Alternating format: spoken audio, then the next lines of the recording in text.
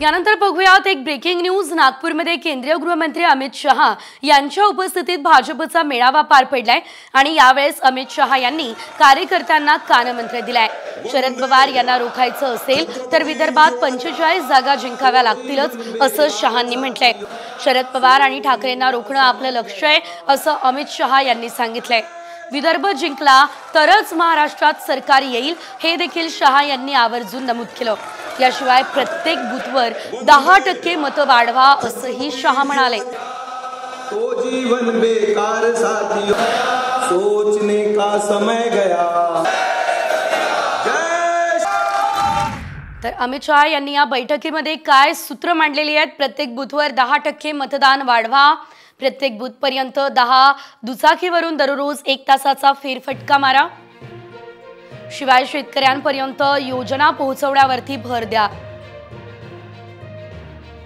अमित शहा यांची सूत्र आपण बघतोय। पक्ष सदस्यत्व मोहीम, योजनांच्या लाभार्थ्यांना पक्षाशी जोडणं, अंतर्गत वाद मिटवावा आणि पराभूत सरपंचांना पक्षात आणण्याचे प्रयत्न, बूथ मंडळ प्रदेश पातळीवरील कार्यकर्त्यांचा व्हॉट्सअप ग्रुप, जिथे पक्ष कमकुवत आहे त्या ठिकाणी शक्ती केंद्र स्थापन करा। याशिवाय बूथ पातळीवरती महाविकास आघाडीच्या कार्यकर्त्यांनाही जोडा।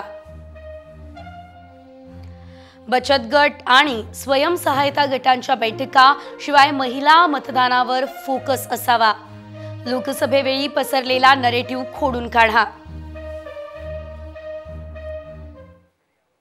तर यावरती आता राष्ट्रवादी शरद पवार गटाचे प्रदेश अध्यक्ष जयंत पाटील काय म्हणताय तेही बघूयात।